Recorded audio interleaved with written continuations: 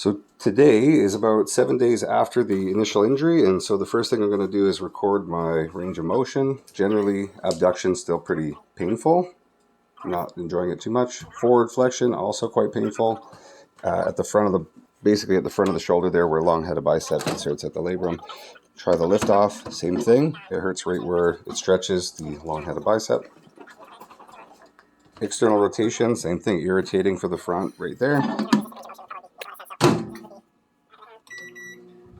External rotation testing, internal rotation testing. I got a bit of strength in each, but not really too much. And then pushed with the palm straight out in front. And again, it hurts at the front of the bicep. So now this is basically going to test if the bicep can take a little bit of load. And here it feels actually pretty good. So that's like my green light.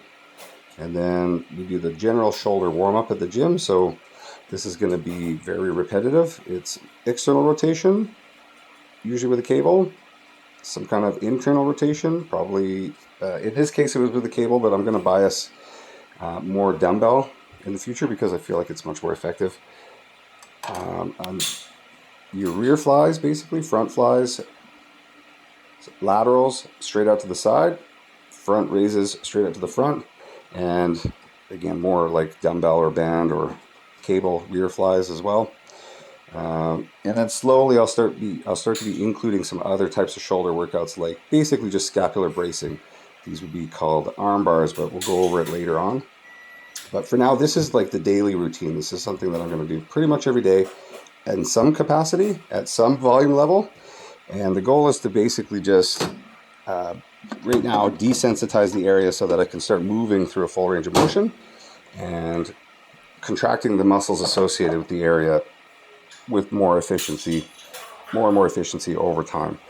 So I'm just going to let this run. I just wanted to do the voiceover to briefly describe what was happening today, talk about how far out from the initial injury it is, and also let you know too that, yeah, it's quite painful and it just feels kind of wimpy and pathetic. I was feeling pretty low this day in terms of my mood, but I mean, you got to do this stuff. Otherwise, you know, it's like you got to do it. You got to do it. Otherwise, you know, the healing might not happen as good as it could. So, and I definitely intend to get back at her as soon as possible, as usual.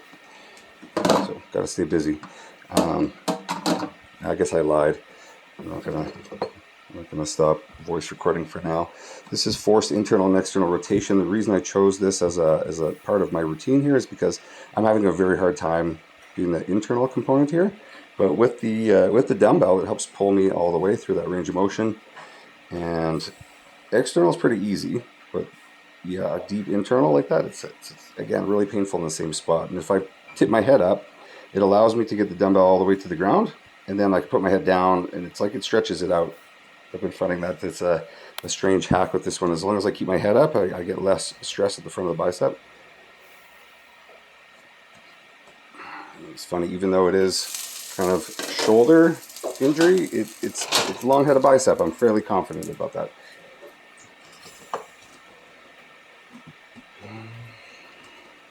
So the unaffected side, look, it's feeling pretty good. There's nothing really going on there. Nothing to report.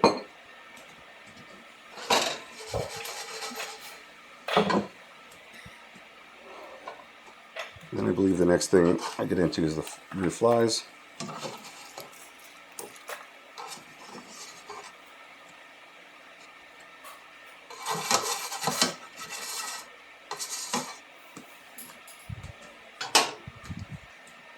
Nope. Oh yeah, rear flies.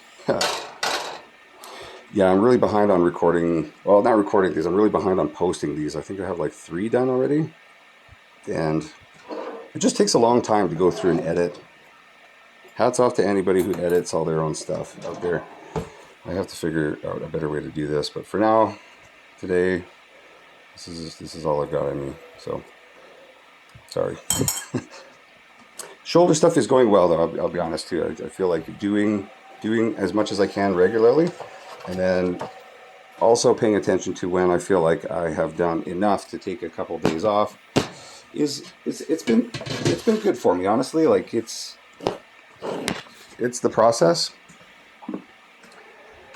and there will be days where you would say, maybe I should just give it a break. And you'd probably be right. You know, you don't have to hit it every single day. You don't have to hit it every single day.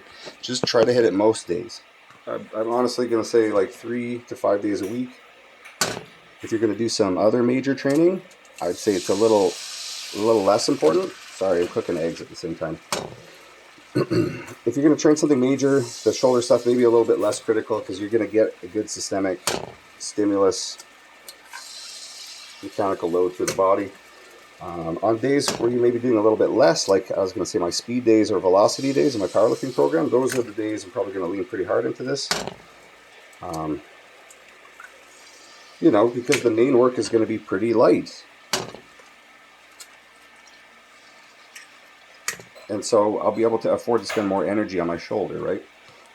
I don't want to overburden my systems of recovery because that's counterproductive. If I overburden all my systems of recovery, basically, I mean, it's going to do nothing any good, really. So this is going to be, this is going to be a really short chest workout. So this is the most comfortable way to do a horizontal adduction with the humerus. So I go through doing front flies for just high rep, super light high rep. Front flies for I don't know how many. I got muscular fatigue. I did a couple sets. I'm only filming and posting tough sets. There's just too much volume and it just takes too long to show the whole thing. But front flies at normal speed. And just try to get a pump in the chest. Like, honestly, can you imagine how much chest you would lose if you didn't train your chest at all between the time you tore your labrum and the time it got better? That sounds crazy bad. So basically, in the meantime, just trying to keep the area functional and keep it from shriveling away. Also, the chest adds stability to the shoulder, right? It's like the anterior component of the shoulder girdle because it attaches to the proximal humerus at the basically the occipital groove. So anyway, not exciting, no revelations here.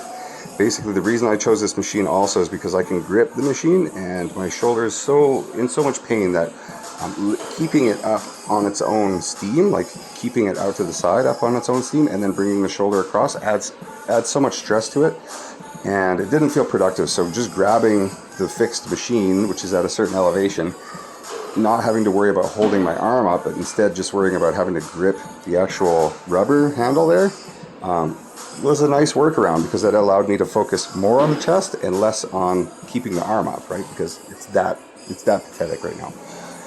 So that was a good workaround. And as I say to you, this is going to be something I'm going to say over and over. Try to focus on what you can do instead of what you can't do, and the world becomes a lot more of a friendly and open place. So just remember, you gotta try to let go of the things you can't control. And I mean, even if there are things that you would like to do and you can't do them at the moment, it may be a little bit frustrating. Just understand that this process of accepting is gonna get you to the place that you want to be, probably easier than if you were to have, this negative, constantly thinking about, what kind of competition you're missing out on, or the training you can't do, or the work you're missing, or whatever. Just try your best. I mean, I know it's hard sometimes, but mind over matter, right? And then why not do rear flies? Because, rear flies are great. So again, no great revelations here. Just grabbing the machine, actually having something to rest your arm on and grip, instead of having to hold your arm up when it's this fresh. Like it's this is pretty fresh. It hurts a lot still. Still killing my sleep. Like I'll wake up because the shoulder hurts. But anyway, this machine makes it a little bit nicer. Also, rear flies top down on the cable machine are nice because they pull your hands up, right, into this angle. Basically, they'll pull your arm up so that when you contract, you can just kind of contract down. Because right now, lifting the arm is hard, right? So bringing the arm down is kind of easy. So I'm trying to lean on that to use that as my workaround, basically, for now. At the moment of recording the voiceover here, it's been 20 days, and I can say comparatively that it is much better. It definitely needs a bit of love and a bit of a warm-up, but I can hold it up on its own steam now, and I don't really need to rely so much on stuff like this pec deck or whatever. It's coming along quite quickly. I've only taken, I don't know, I've only taken a small handful of days off of training so far. I haven't lost any work. I'm definitely able to do my job, which is great.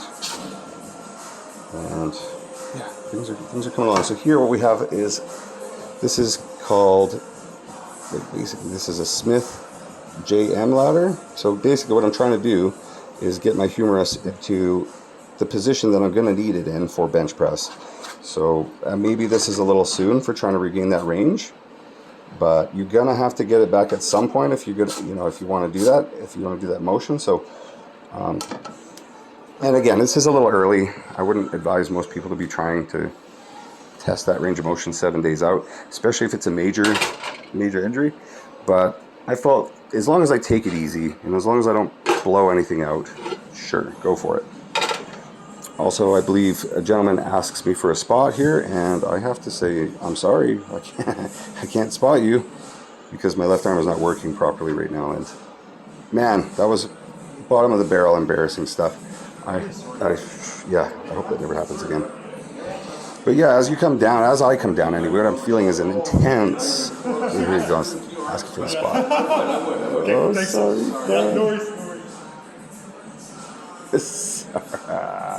Now it's immortalized. Yeah, here's me apologizing. Somebody with 2 arms, blah, blah, blah. And then I'm continuing with my cheesy little, I mean, you can see how bad it is, right? So I chat with the guy for a minute. Kind of tell him what's going on. This is just, sorry, this is terrible editing. I left it in. But anyway, this is the thing. This is something you'll run into too, like stuff that you used to be able to do. It's going to be hard for a bit. So I can't spot anyone for a bit. So anyway, blah, blah, blah. Get back at it. I talk too much. Way too much.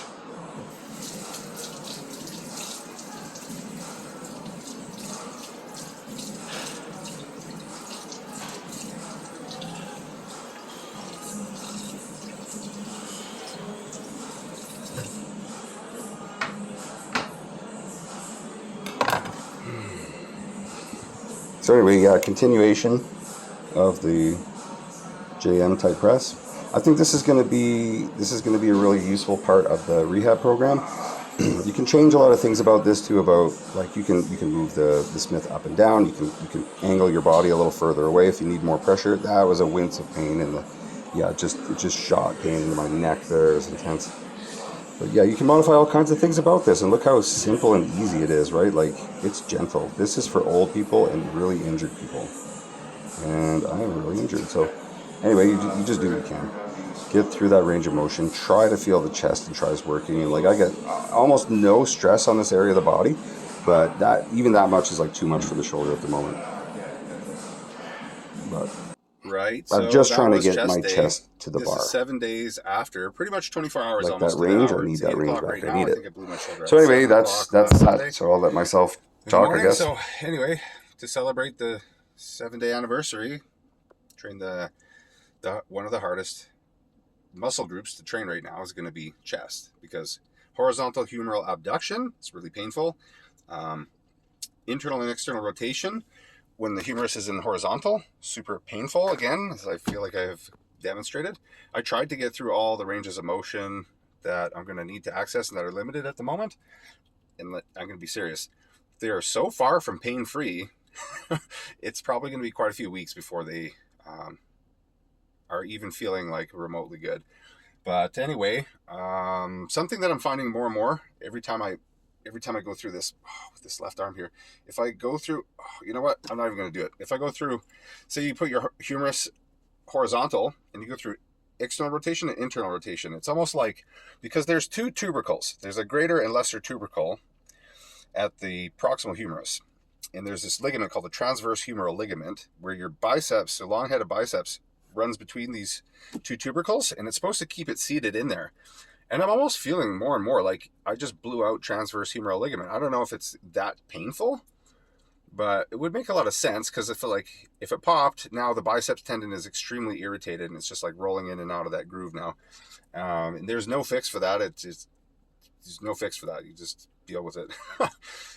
So that could be the case. I may have torn some secondary muscle, like a small rotator muscle in the back, because it hurts quite a bit when I'm doing basically extension, so like rear delt flies. But I'm not sure. Maybe it's just irritation. But something fucking for sure blew off. Anyways, I have no idea what it is. But anyway, that's not important. I think what is important is knowing which ranges are the most difficult to work with and getting a baseline. So, like on the pec deck, I think I hit 40 on the front, 70 in the back. Super shallow Smith JMs just to get elbows back. Extremely painful. So that's like it's day one. So the weeks moving forwards, I should be seeing more and more of a steeper and steeper incline. And really weak on external rotation, really weak also on internal rotation, and still a ton of pain when trying to lay down to sleep. So that's where I'm at. I feel like today was a success. We'll just see. We'll see if I blew it up any worse tomorrow, but I got to get ready to go hiking.